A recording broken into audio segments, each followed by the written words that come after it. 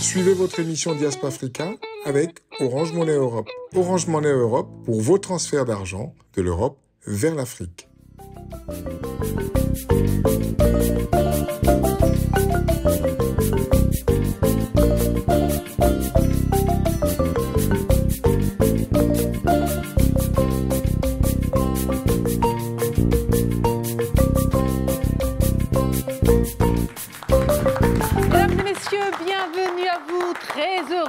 Retrouver pour un nouveau numéro de votre émission Diaspora Africa, cette émission qui met en avant ces hommes, ces femmes, ceux qui font briller l'Afrique, mesdames et messieurs. Et oui, on aime ça ici sur Diaspora Africa. Alors aujourd'hui, qui va faire briller l'Afrique? Eh bien, nous avons la Mauritanie et le Cameroun. Bienvenue à vous, Libraz Ahmed, coach, une grande coach et mentor, certifié HEC, c'est important de le dire, et vous nous en parlerez dans un instant. On accueille aussi Monsieur Nestor Yep-Meni, bienvenue à vous.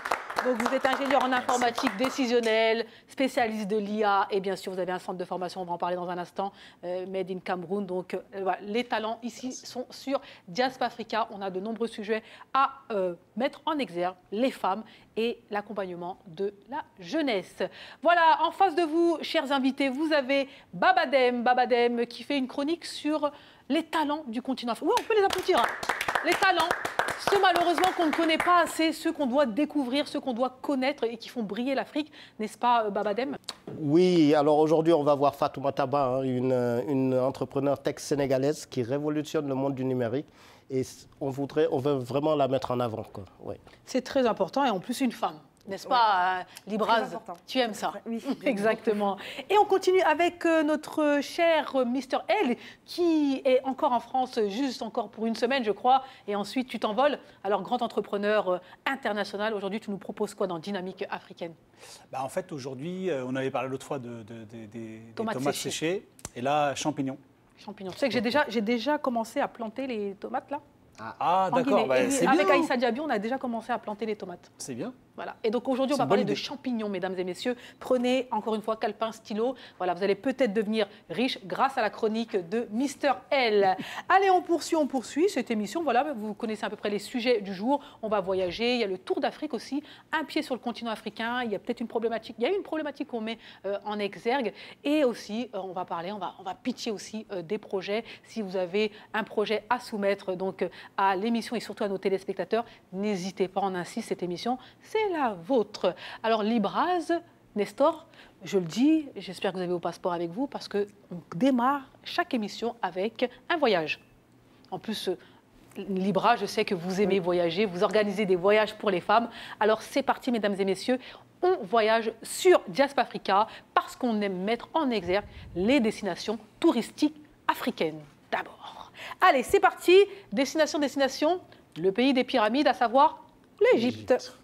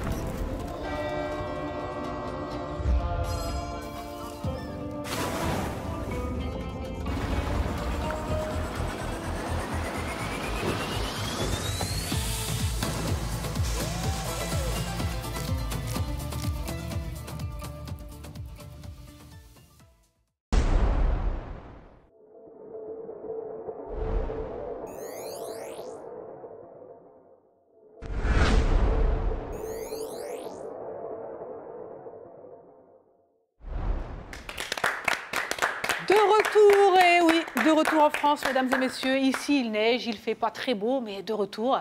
Alors, l'Égypte, destination à découvrir. Moi, je n'ai jamais été en Égypte et je considère qu'on devrait tous au moins mettre à pied en Égypte.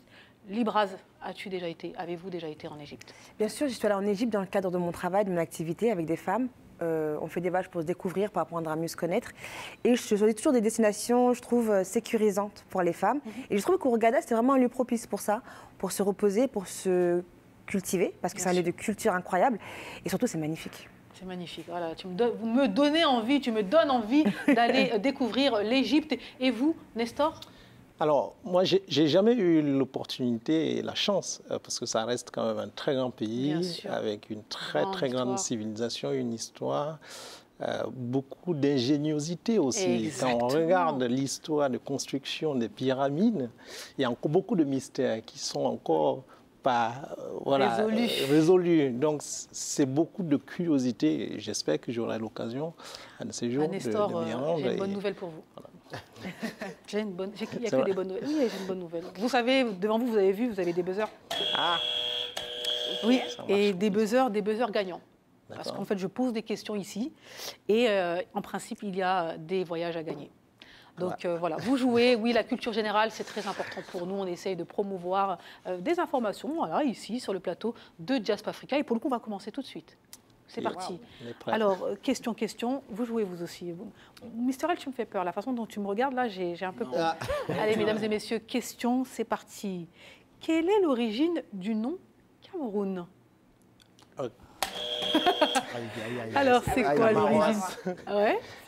C'était un Portugais, un explorateur, il me semble, un Portugais qui avait visité le Cameroun et qui avait atterri sur les côtes camerounaises, notamment le fleuve Wouri, et qui avait découvert qu'il y avait pas mal de crevettes, voilà, et qui a donné le nom Camaroès, qui veut dire rivière des crevettes. Wow. Exactement, on peut l'applaudir, c'est exactement ça. Donc je réitère, le nom vient de Rio de Camaroès, rivière des crevettes. En portugais, donc donné par les explorateurs portugais au fleuve Wouri lorsqu'ils ont vu l'abondance des crevettes. Bravo encore une fois. Vous êtes proche de l'aéroport. Là, vous êtes à l'aéroport. Pas encore dans l'avion, vous êtes à l'aéroport. Voilà, mesdames et messieurs, n'hésitez pas à noter et puis à partager donc, ces informations qu'on vous donne ici sur le plateau de Jazz Africa. Et pour le coup, vous avez gagné la possibilité de venir me rejoindre ici sur le plateau. Et surtout, à mes côtés, mesdames et messieurs, on accueille Nestor Yepmeni à la barre, s'il vous plaît.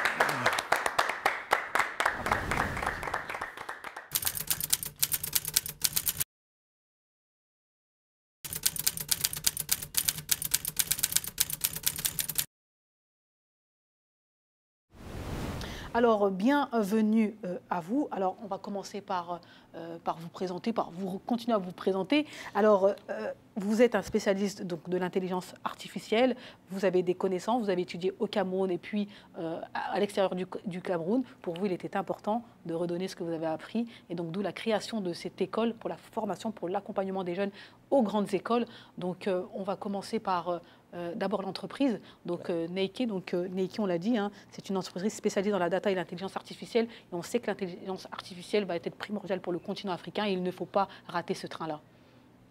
Oui, merci Aïssatou de m'avoir reçu ici aujourd'hui pour parler de mon expérience, de nombreuses expériences qu'on a acquises, hein, pas que moi, toute la diaspora, et surtout de me donner l'opportunité de partager cette expérience-là avec les jeunes Africains.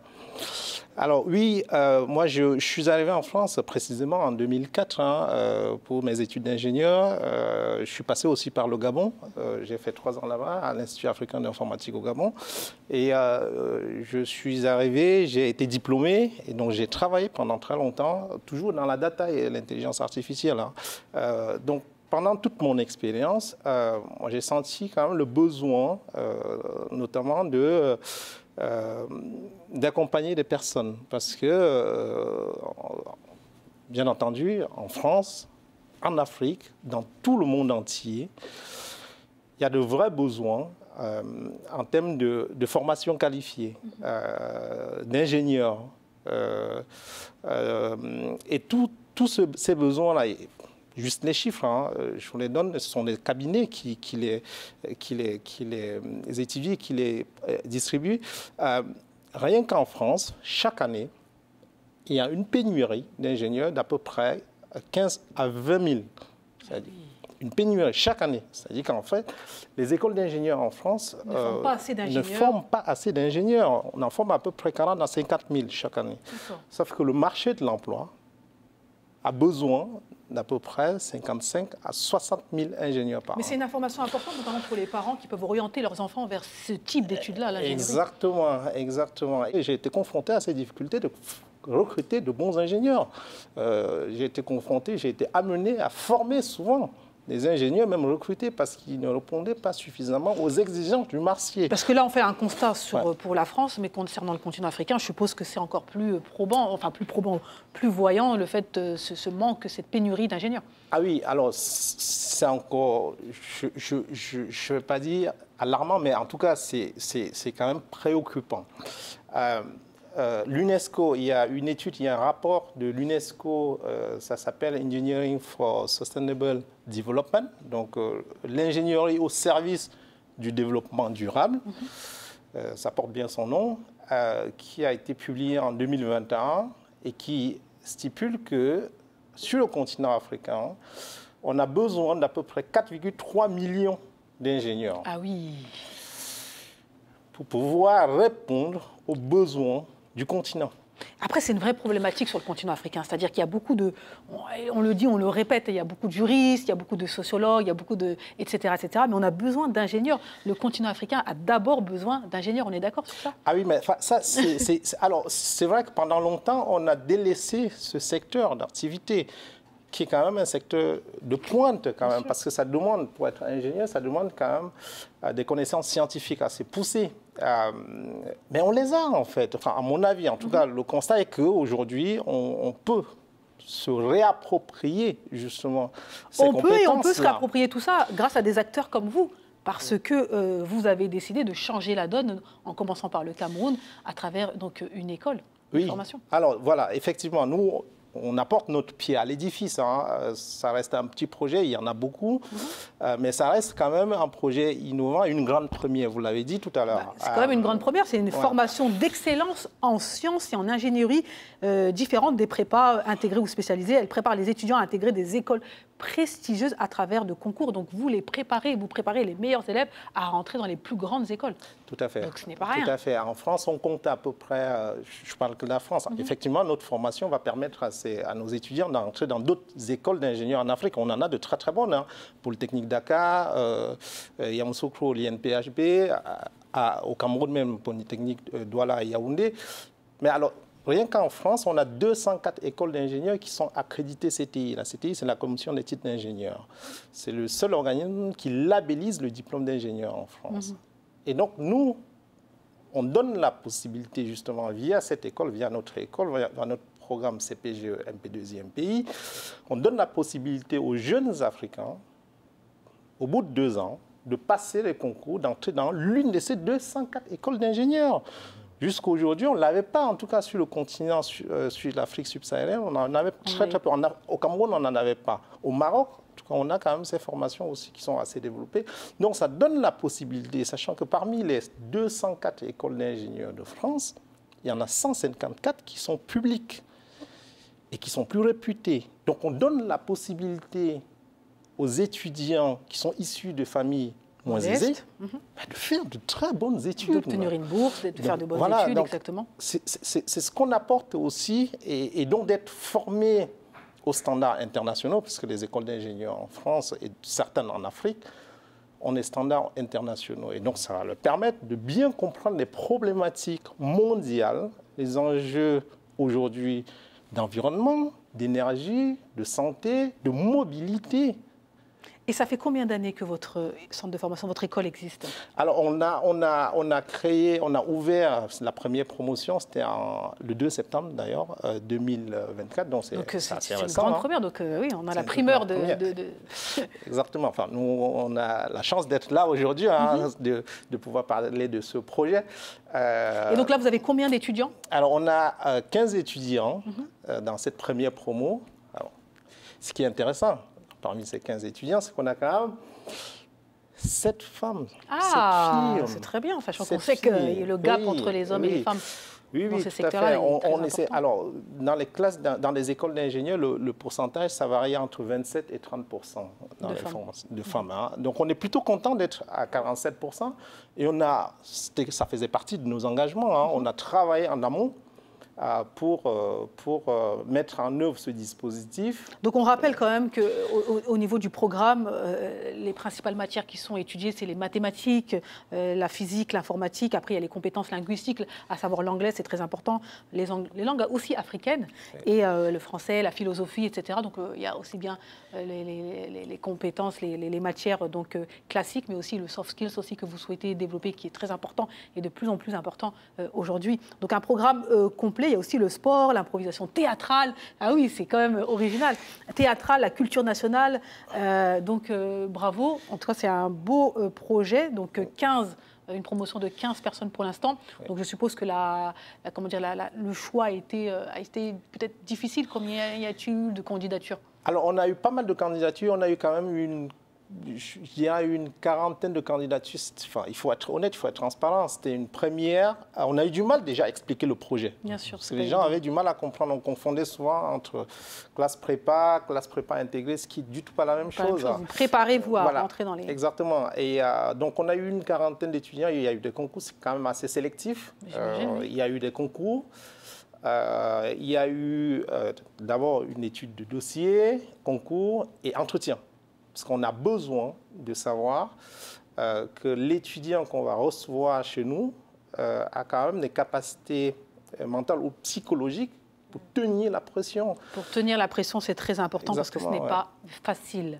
Voilà, en tout cas, on rappelle le nom de l'école et surtout pour les personnes qui souhaitent éventuellement avoir plus d'informations, d'aller sur le site internet. Je vous en prie, le nom de l'école. Le site internet, voilà, c'est vous avez oublié. c'est exam.cm, www.exam.cm.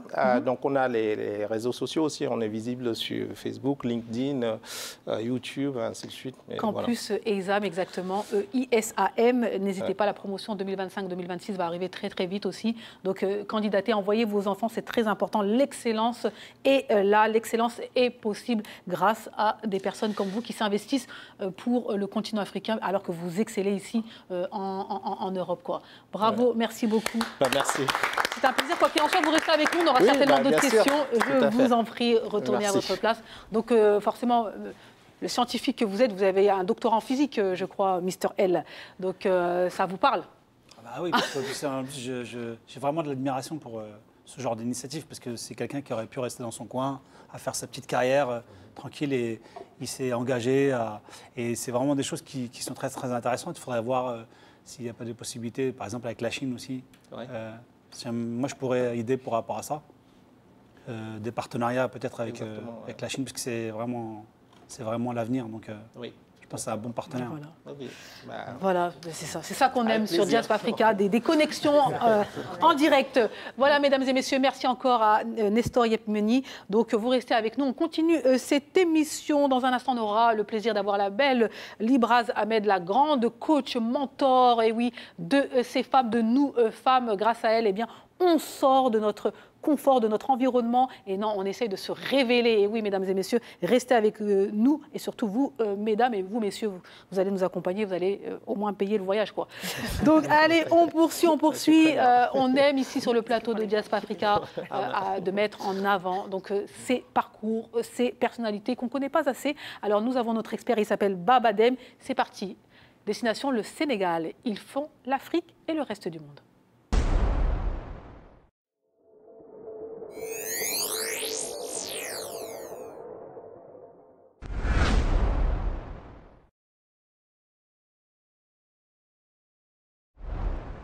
Oui, alors aujourd'hui, on va mettre en l'honneur Fatoumata Ba.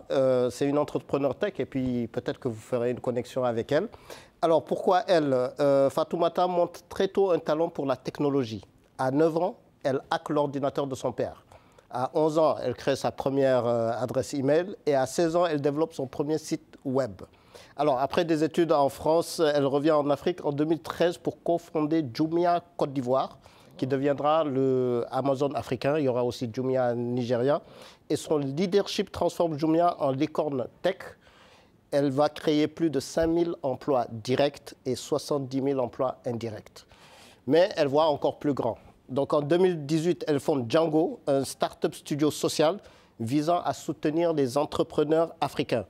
Django Capital, c'est son fonds de capital risque, va lever 78 millions de dollars en 2024, devenant le plus grand fonds tech pour l'égalité des genres en Afrique.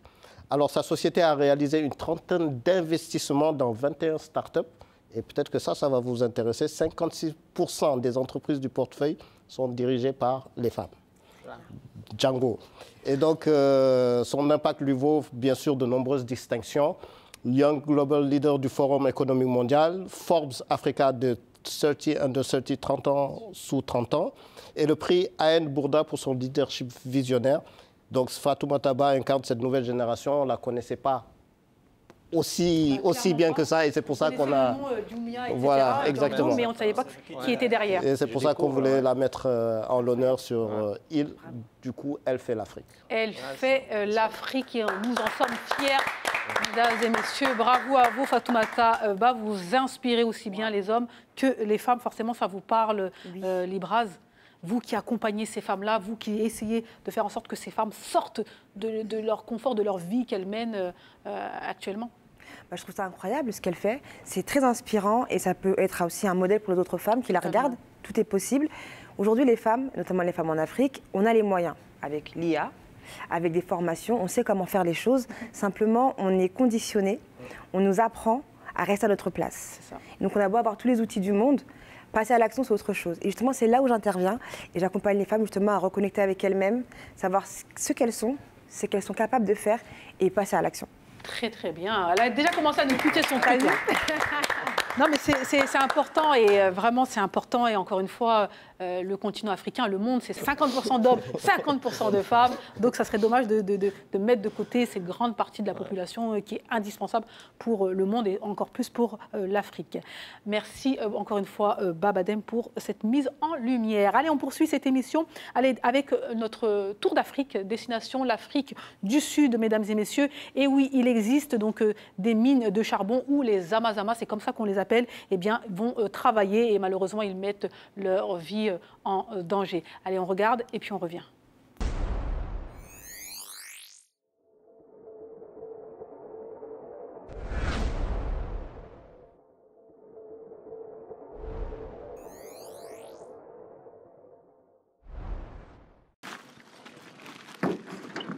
Leur silhouette se découpe dans le crépuscule à l'entrée d'une mine désaffectée. Mineurs illégaux, ils descendent à la nuit tombée dans les puits abandonnés parce que plus assez rentables pour gratter les restes de charbon. En Afrique du Sud, on les appelle les Amazama, ce qui veut dire en zoulou ceux qui essaient encore et encore. Zamazama, ça veut dire qu'on essaie d'extraire ce charbon. On n'essaie pas, on y arrive. Il est là, on le sort. On devrait nous appeler des mineurs artisanaux. Bongin Kosi a 31 ans et cela fait plus de 10 ans qu'il creuse pour survivre. Ce charbon, il le vend à un prix dérisoire, moins de 30 € la tonne. Cette nuit-là, en 12 heures de travail, il ne gagnera que 15 €.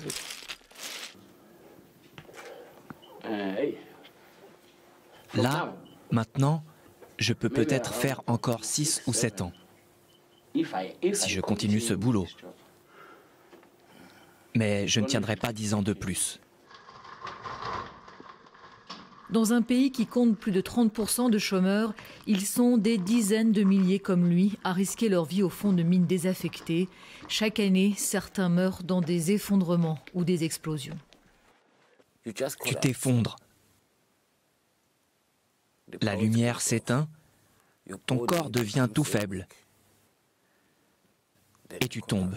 Et s'il n'y a personne pour te sortir de là, c'est fini pour toi. Mort accidentelle ou mort à petit feu, à Ermelo, cité minière déshéritée à 2 heures de Johannesburg, l'eau et l'air sont pollués et empoisonnent lentement les mineurs.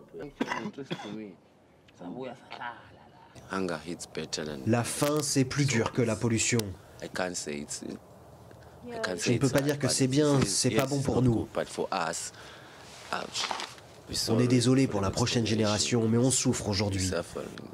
Et je pense qu'ils vont souffrir aussi. Chauffage, cuisine, ici tout marche au charbon. La région du Mpumalanga n'est qu'une immense mine à ciel ouvert. Selon Greenpeace, c'est l'endroit au monde où l'air est le plus pollué.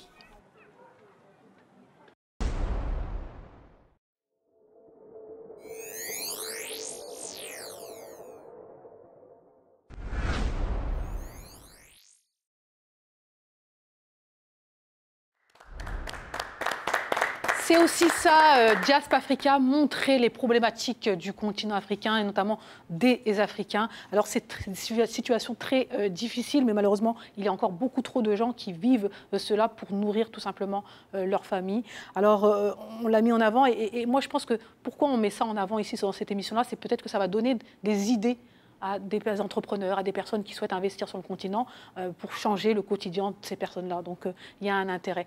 Alors forcément, ça nous touche, ça nous parle. Vous êtes scientifique, donc vous êtes aussi scientifique, Mr. L. Vous vous dites comment en 2024 on en est encore là? Oui, parce qu'en plus là, le problème c'est qu'on voit bien, on voit au fond de la mine, il n'y a pas de masque, il n'y a rien du tout. Donc on voit les problématiques qu'a posé la mine, notamment dans le nord de la France, où il y a beaucoup d'immigrés qui étaient venus et qui ont craché leurs poumons au village ensuite, qui n'ont même pas bénéficié de leur retraite. Et là, on voit, pour des sommes dérisoires, il met sa santé en danger. Voilà, effectivement, il faudrait prendre des initiatives pour que des choses comme ça n'existent plus, quoi. On est totalement d'accord. Oui. En fait, on est quand même en 2024. Mr. L parlait de 2025, 2025, autant pour moi. Oui, c'est toujours difficile de passer d'une année à l'autre. En début d'année, on a toujours... en janvier, donc ça va. Voilà, c'est ça. C'est ça. Mais en fait, oui, sont des expériences que d'autres peuples ont vécues il y a quand même des décennies, voire même des siècles.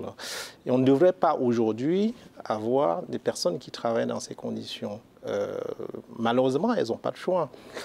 Mais on est capable, nous, aujourd'hui, tout le monde, les gouvernements, la diaspora, de mettre en œuvre des dispositifs qui permettent de travailler de manière décente, soit dans ces environnements. Dans tous les cas, c'est un besoin d'énergie. Bien sûr, c'est un besoin. Maintenant, comment faire en sorte qu'ils travaillent dans des conditions différentes? Donc, ça veut dire qu'il faut regarder, il faut travailler sur les sujets, même de fond. Effectivement, et avoir une volonté aussi. Avoir une volonté, tout à fait. Très bien. Merci beaucoup, Nestor. Allez, mesdames et messieurs, on poursuit cette émission. Dans un instant, on aura le plaisir de découvrir donc un centre d'amusement, un centre de jeu à Dakar qui a ouvert tout récemment. L'agenda des diasporas arrive très vite.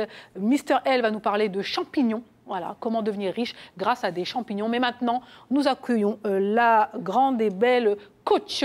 Elle s'appelle Libraz Ahmed. À la barre, s'il vous plaît.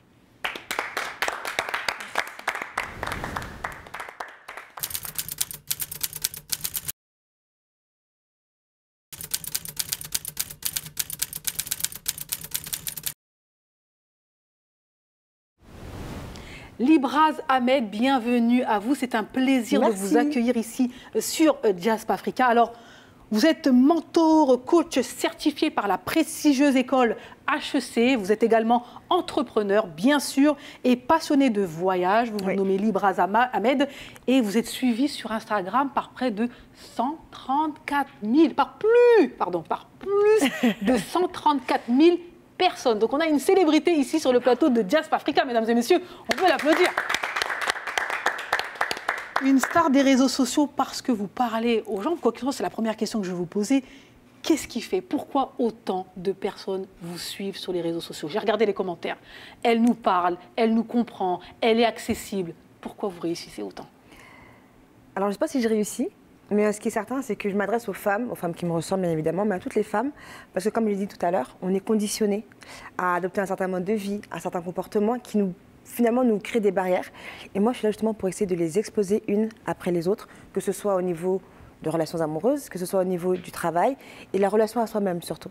Parce que c'est ça l'essence, on nous apprend justement en tant que femme à rester à notre place, à ne pas trop briller, etc. Et paradoxalement, ce qui va vous permettre d'avancer et de faire des choses concrètes et qui ont du succès, c'est la confiance en soi. sauf qu'on nous empêche de la cultiver justement. Exactement. Alors, vous l'avez dit, on l'a redit, hein, vous êtes quand même suivi par de nombreuses femmes. Les gens se reconnaissent en vous parce que vous avez aussi une histoire. Oui. Et ça, c'est très important parce que souvent, on a des gens qui vont vous donner des conseils, mais qui n'ont rien vécu.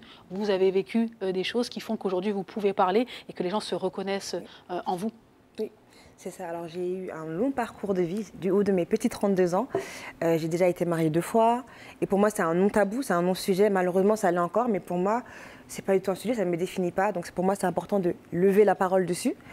J'ai été entrepreneur pendant 5 ans. J'ai été infirmière puis entrepreneur.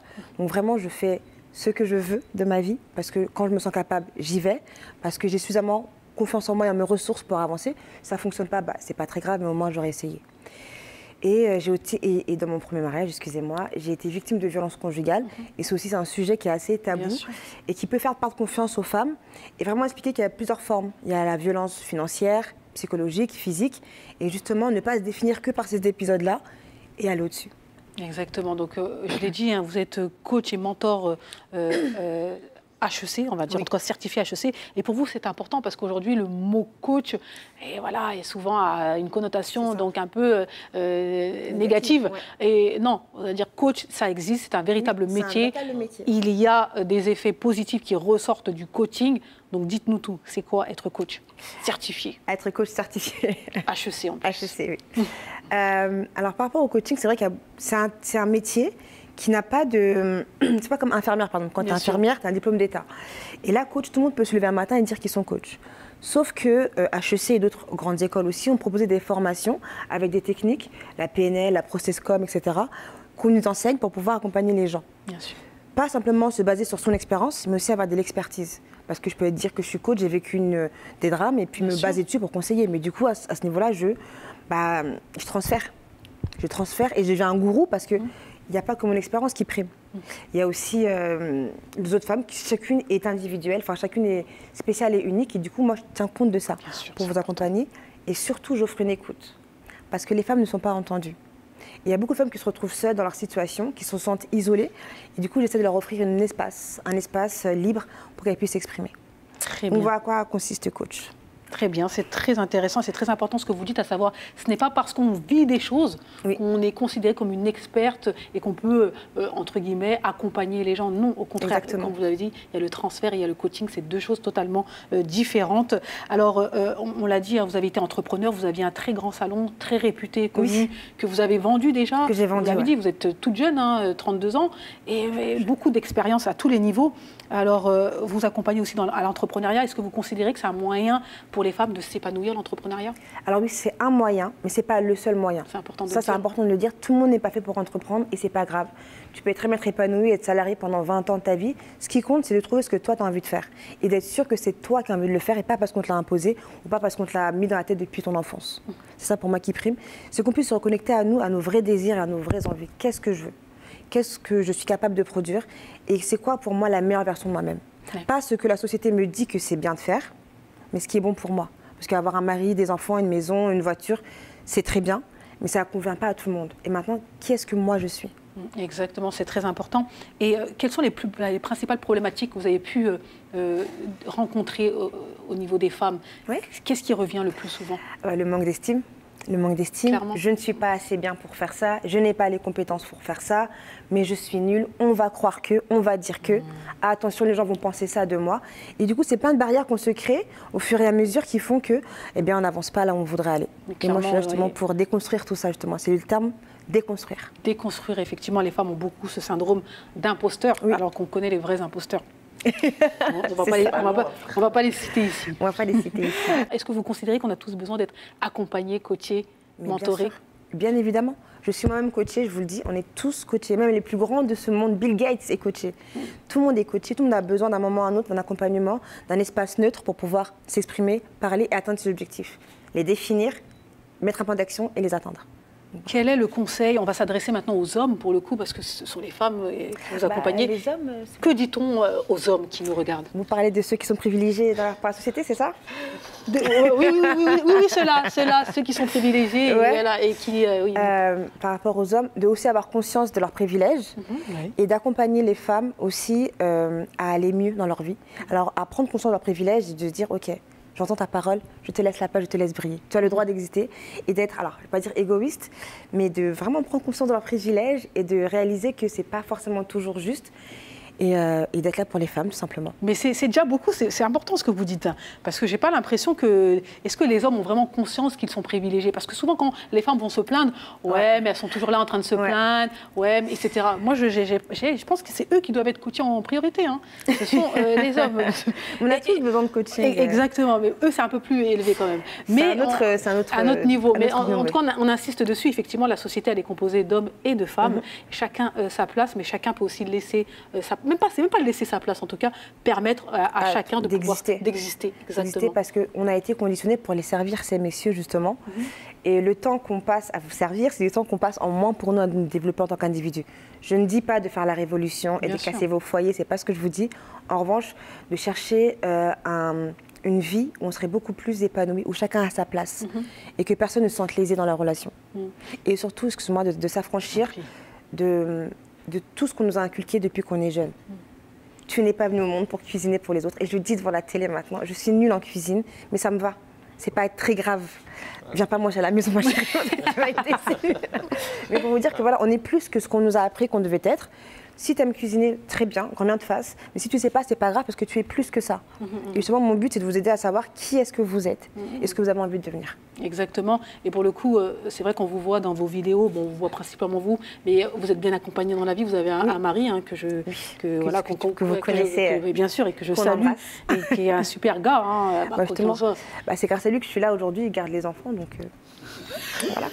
Il est incroyable. Et il cuisine en plus. Non, faut pas exagérer. C'est un Malien, mon mari. Faut pas exagérer quand même.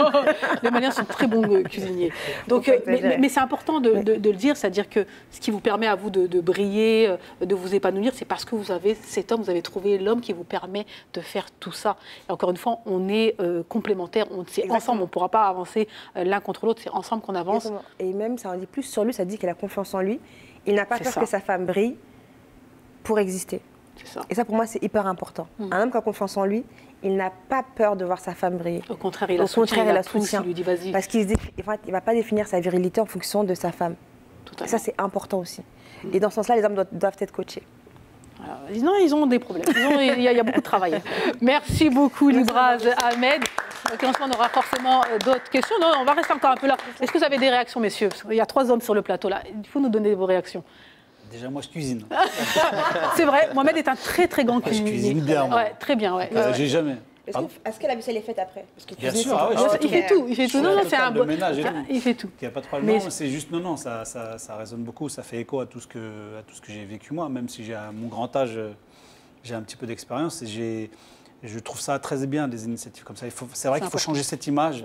Il faut absolument qu'on sorte, surtout chez nous, en Afrique. Donc, il faut vraiment qu'on sorte de ça et permettre aux jeunes filles et aux femmes de s'épanouir et effectivement et de ne pas subir la pression de la société sur des modèles qu'il faudrait suivre, etc. Mais que chacun trouve sa trajectoire personnelle d'épanouissement. Donc, c'est très intéressant. Baba? Ouais, et puis, comme elle disait, il y a beaucoup de femmes aussi qui n'osent pas dire ou bien se lâcher par rapport à ça, et le fait de voir une autre femme qui puisse entre guillemets, la coacher mais l'écouter, ça permet aussi de sortir ce qu'elle a, et bravo en tout cas. Merci. Et dédicace à Moussa.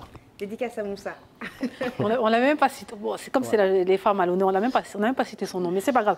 Dédicace effectivement à Moussa. On continue avec vous, Nestor. Oui. Est-ce que vous cuisinez? Est-ce que vous savez faire la vaisselle? Est-ce que vous accompagnez votre moitié? Oui, enfin, moi, j'essaie de cuisiner. Alors après, est-ce que c'est apprécié? C'est pas apprécié? Je fais un effort.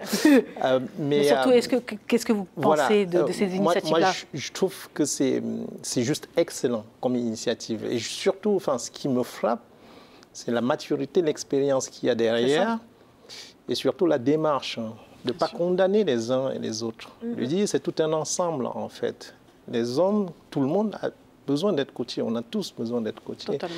Et de définir ce que c'est que le coaching, enfin, moi je trouve ça génial. Et c'est quelque chose qu'on vit aussi à l'ESAM, hein, avec les filles, les jeunes filles, quand on dit on a 47%, on est content, on est extrêmement content. Mais en fait, ça ne veut pas dire que ces jeunes filles sont incapables intellectuellement ou psychologiquement de suivre cette formation exigeante. On l'a remarqué, les jeunes filles, elles nous disent elles ne peuvent pas. Du premier coup, elles ne peuvent pas. Mais pourquoi vous ne pouvez pas intellectuellement? Vous pouvez. Et donc, il y a besoin justement de personnes comme vous. Qui leur disent qu'elles peuvent le faire, qu'elles doivent y aller. À qui elles peuvent s'identifier. Et j'espère qu'on aura l'occasion de travailler ensemble pour promouvoir justement les sciences. Moi, c'est les sciences, bien entendu, et peut-être d'autres domaines. Mais en tout cas, promouvoir les sciences dans le milieu féminin. Bien sûr, c'est très important. Merci beaucoup. Merci encore une fois, Libraz Ahmed. Vraiment désolée, je vais juste prendre 2 secondes. J'organise des voyages au bout du monde avec les femmes. On donne rendez-vous à l'aéroport. Elles ne savent pas où est-ce qu'elles vont, donc il faut qu'elles me fassent confiance. Et pendant 5 jours, 6 jours, 7 jours, on travaille sur elles, en groupe, parce qu'il y a beaucoup de femmes qui sont seules malheureusement, qui n'ont pas de comparse avec qui parler. On travaille sur elles, en groupe et de manière individuelle. Et le but de ces voyages, c'est vraiment de sortir de sa zone de confort, justement. Important. On est la mère de personne, on est l'épouse de personne. Et pendant 5 jours, on se retrouve nous-mêmes. Donc voilà, c'est pour vous dire ça. Entre femmes, on discute le cœur ouvert, etc. avec notre coach et mentor certifié. Merci beaucoup, Libraz Ahmed Kafil. On continue cette expérience.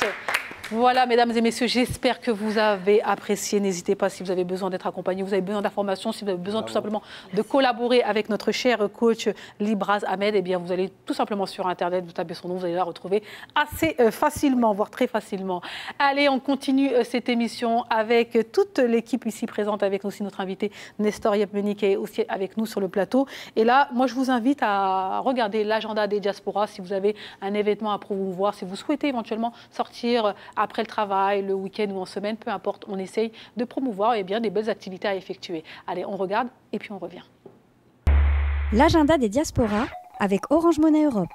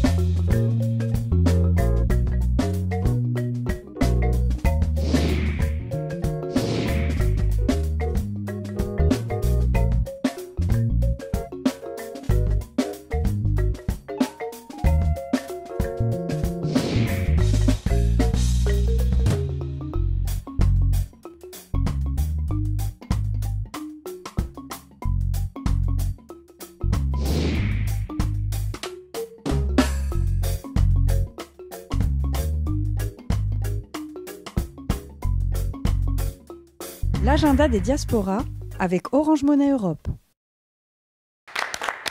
Voilà, de retour sur le plateau de Diaspora Africa. Mesdames et messieurs, n'hésitez pas à nous envoyer vos flyers, peu importe que ce soit des événements qui ont lieu ici en France, en Europe et surtout sur le continent africain. N'hésitez pas, encore une fois. Cette émission, c'est vraiment, vraiment la vôtre. Allez, on va faire une courte page de pause, tout simplement. On a besoin d'un peu de débriefer sur tout ce qui a été dit et puis on revient, ne bougez surtout pas. Allez, à tout de suite.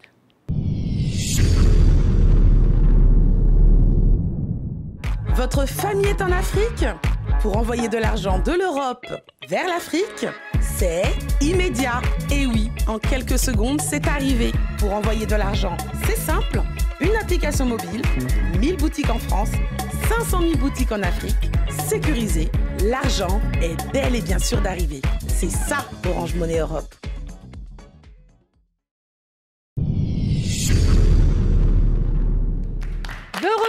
De retour sur le plateau de Diaspora Africa. Mesdames et messieurs, nous avons le plaisir d'avoir comme invité pour cette émission Libraz Ahmed, coach et mentor certifié HEC. Bienvenue encore une fois à vous. Nous avons Nestor Yepmeni, vous êtes à la tête d'une école qui accompagne les jeunes pour atteindre leur objectif, à savoir rentrer dans une école d'ingénieurs, donc les plus prestigieuse école d'ingénieurs au monde et notamment ici en Europe. Bienvenue encore une fois à vous deux. En face de vous, vous avez Babadem ainsi que Mister L. Babadem nous a fait une chronique sur Fatoumata Ba qui a créé Jumia et qui a un très très gros fonds qui accompagne les entreprises africaines. Et monsieur Mister L va nous parler tout simplement des champignons. Comment devenir riche en cultivant les champignons. Mais avant, mesdames et messieurs, place à notre pitch. Vous le savez, dans cette émission, on essaie de promouvoir au maximum les entrepreneurs, les porteurs de projets, les personnalités. Et donc, on a une rubrique qui s'appelle Pitch. Peu importe où vous vous trouvez, vous nous envoyez votre vidéo ou vous vous déplacez ici et vous pitchez votre projet à tous nos téléspectateurs qui se trouvent partout dans le monde. Et aujourd'hui, on va accueillir Cissé Diambissi qui n'a pas pu se déplacer parce qu'elle est actuellement à Dakar. Elle a créé l'Empire Game of Africa. C'est une entrepreneuse passionnée et créative. Elle est mariée et elle est également auteure de livres jeunesse.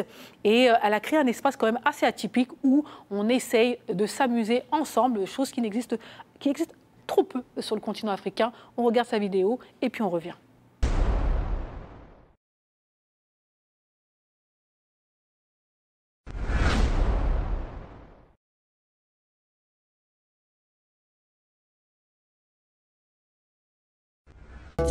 Êtes-vous prêt à relever le défi entrepreneurial de l'année? Entre amis, en famille, entre collègues ou même en solo, c'est votre chance de créer un concept d'entreprise unique. Formez votre équipe, car le compte à rebours est lancé. Voici les règles. Un projet sera tiré au sort et attribué à chaque équipe. Une animatrice experte en coach pitch vous partagera tous les secrets pour impressionner nos 3 membres du jury. Vous disposerez ensuite de 30 minutes chrono pour préparer votre projet et de 2 minutes intenses pour le pitch avec impact. À la clé, un trophée d'excellence et 50 000 francs CFA à partager entre les vainqueurs. Alors, qui sera sacré génie de l'empire entrepreneurial? Le défi commence maintenant. Le business game. Build your empire.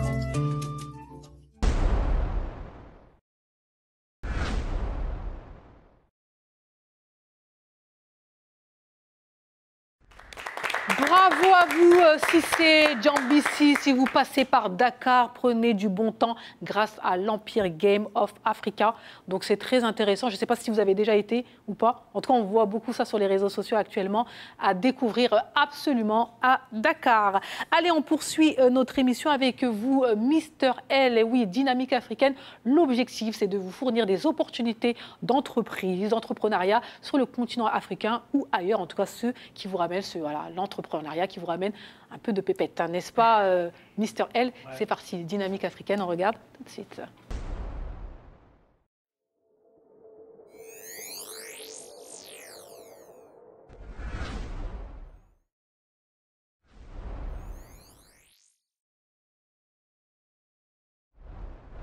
Oui, alors toujours pour les initiatives, on va dire, de business en Afrique, et toujours dans les produits qui sont, on va dire, à forte valeur ajoutée.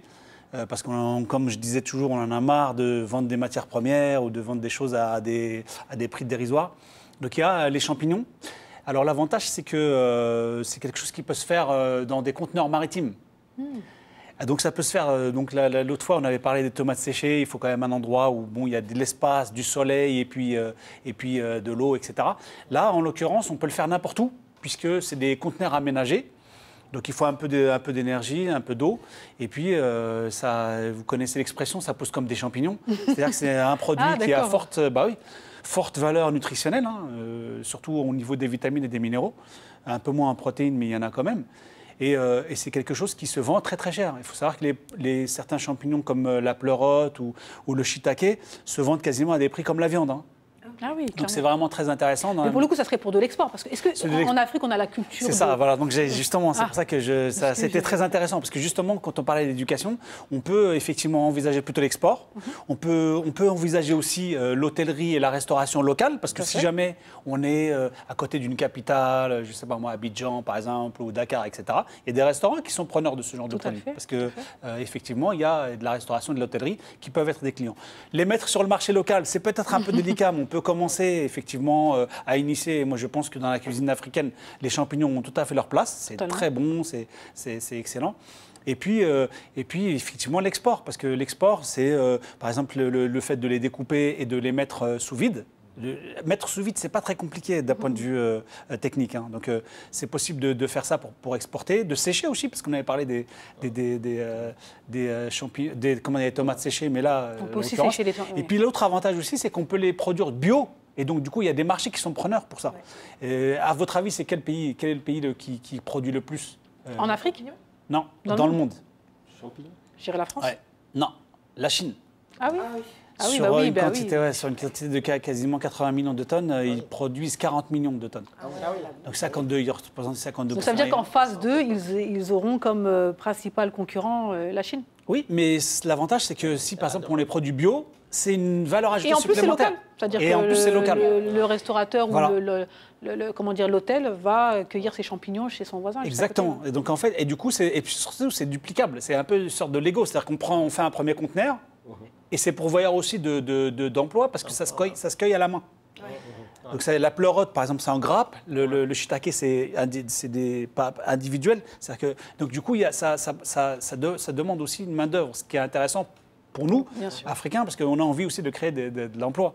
Et effectivement, donc exporter ou distribuer sur le marché local, surtout à travers la restauration et l'hôtellerie, c'est vraiment un très très bon compromis. Et c'est un marché quand même de 25 milliards de dollars dans le monde entier. Et selon les variétés, c'est un marché qui prend une croissance de 2 à 8% chaque année. Donc, c'est un beau potentiel en tout cas. Voilà, exactement. Et puis surtout, ça peut se faire n'importe où. Ça peut se faire n'importe où. Et pour le coup, moi, je pense que ça serait intéressant de l'intégrer même dans nos coutumes, enfin dans nos coutumes, en tout cas dans notre façon de consommer, de manger, parce que vous l'avez dit, c'est-à-dire qu'il y a des bénéfiques, il y a des effets bénéfiques de consommer. Moi, j'ai fait cette transition. Moi, j'ai fait cette transition parce qu'avant, je ne mangeais pas du tout de champignons. Et puis, il y a en juin, quand j'étais à Kunming en Chine, il y a un ami à moi qui m'a dit, écoute, ce soir, tu vas manger que des champignons. Et moi, je me disais déjà, oh là, je vais faire un repas pas terrible. Pas terrible. Et en fait, le soir, franchement, j'ai fait un repas à base de champignons uniquement. C'était extraordinaire, très très bon, vraiment un très très bon repas. J'espère qu'en tout cas, tu as convaincu nos téléspectateurs qui souhaitent d'abord commencer par déguster des champignons et ensuite cultiver. Ou alors cultiver et ensuite déguster, devenir riche. Voilà. En plus, pas très cher et c'est rentable. Et c'est un gros marché. Merci beaucoup.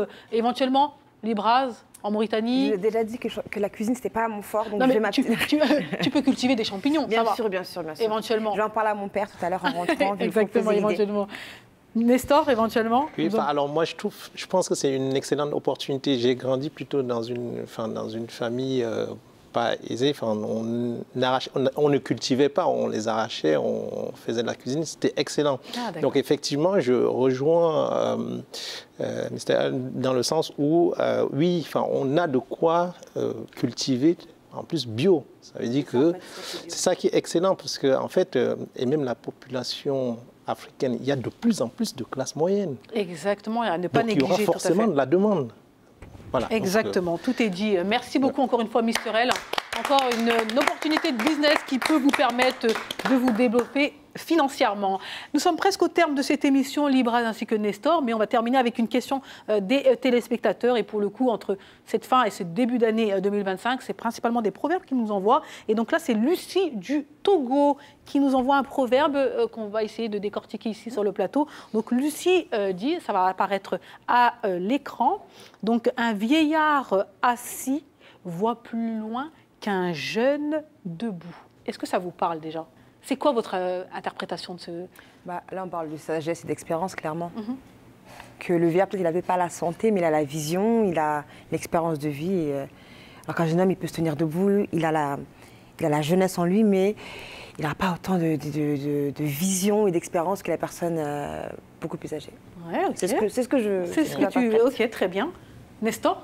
Oui, alors je rejoins Libraz dans le sens où, je pense qu'il y a la notion, quand on est assis, on est plus posé déjà. D'accord, ok. Donc on est plus calme, on est plus serein, on a tous ces esprits et on peut explorer pas mal de possibilités et donc on est peut-être plus sage dans ce qu'on dit. Voilà, un jeune debout, voilà. Quelqu'un qui est prêt à dégainer, à y aller, exactement, à courir sans réfléchir. Et qui peut avoir peur, qui est... Voilà, on n'est pas en confiance. D'accord, très bien, très intéressant, bravo. On continue ?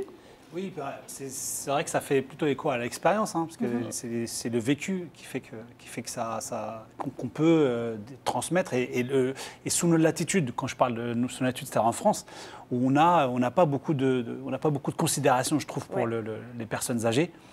Et c'est un énorme gâchis parce que c'est des puits de science dans tous les domaines. Et c'est vrai que si on arrivait à faire une communication davantage entre les vieilles générations et les jeunes, on pourrait vraiment en tirer un grand profit. Et c'est ça. Et c'est dans ce sens-là que je me dis que nous, en Afrique, il faut absolument qu'on conserve, qu'on ne copie pas cette tendance occidentale à délaisser les gens, à les jeter à la poubelle quelque part. Parce que quand on envoie quelqu'un à l'EHPAD, pour moi, c'est catastrophique, c'est criminel. Donc effectivement, profiter de cette expérience est pour moi quelque chose à encourager. Pour le coup, on ne va pas stigmatiser les personnes qui envoient leur... Oui, mais je comprends, parce que malheureusement, des fois, on n'a pas le choix, mais... Voilà, il y a des explications, mais je comprends exactement. Et d'ailleurs, on peut améliorer ces endroits-là aussi. Exactement, on peut les améliorer. Ça peut être, voilà, exactement. Et on va finir avec vous, Baba. Oui, en fait, moi, je vois plutôt Oui, c'est l'expérience. Mais le fait d'être assis, normalement, on a une vision moins lointaine que la personne qui est debout. Ouais. Sauf que la personne qui est debout, le jeune, il voit à moyen ou bien à court chemin, on va dire moyen ou court terme, alors que le vieux, en étant assis, il se projette déjà et il voit plus loin que ce jeune homme. Bien sûr, moi je dirais presque même ces jeunes qui sont debout ont un peu ce complexe de supériorité, entre guillemets. Parce que, ok, je gère l'intelligence artificielle, je gère Internet, etc. Non, papa, maman, vous ne savez pas, c'est bon, voilà, vous savez, nous on sait quoi, Donc c'est un peu ce côté hautain, condescendant même qu'on peut avoir en tant que jeune, en se disant, mais nous on sait, on contrôle. Alors que quelqu'un qui est assis, enfin un parent qui malheureusement, avec la vieillesse, est assis, a de l'expérience. Et il n'y a rien de tel que le vécu, il n'y a rien de tel que ce qu'on a vécu. Voilà, donc respectons nos anciens. Et voilà. Exactement. Mesdames et messieurs, nous sommes au terme de cette émission. Merci beaucoup à notre super coach et mentor, à savoir Libraz Ahmed. C'est un plaisir de vous avoir ici sur le plateau de Jazz Africa. Et bien sûr, merci à notre grand scientifique ingénieur. Il s'appelle Nestor Yesmeni. Il excelle dans son domaine et il a décidé d'accompagner le continent africain dans cette voie-là. Merci bien sûr à Babadem ainsi que Mr. L, journaliste et grand entrepreneur international. On avait la chance de vous avoir ici sur le plateau de Jazz Africa. Merci à vous, chers téléspectateurs. Restez connectés. Allez sur nos réseaux sociaux. On continue d'en parler. On continue de parler. Et rendez-vous la semaine prochaine sur les mêmes antennes, nos diffuseurs qui sont nombreux. Allez, à très bientôt. Bye bye.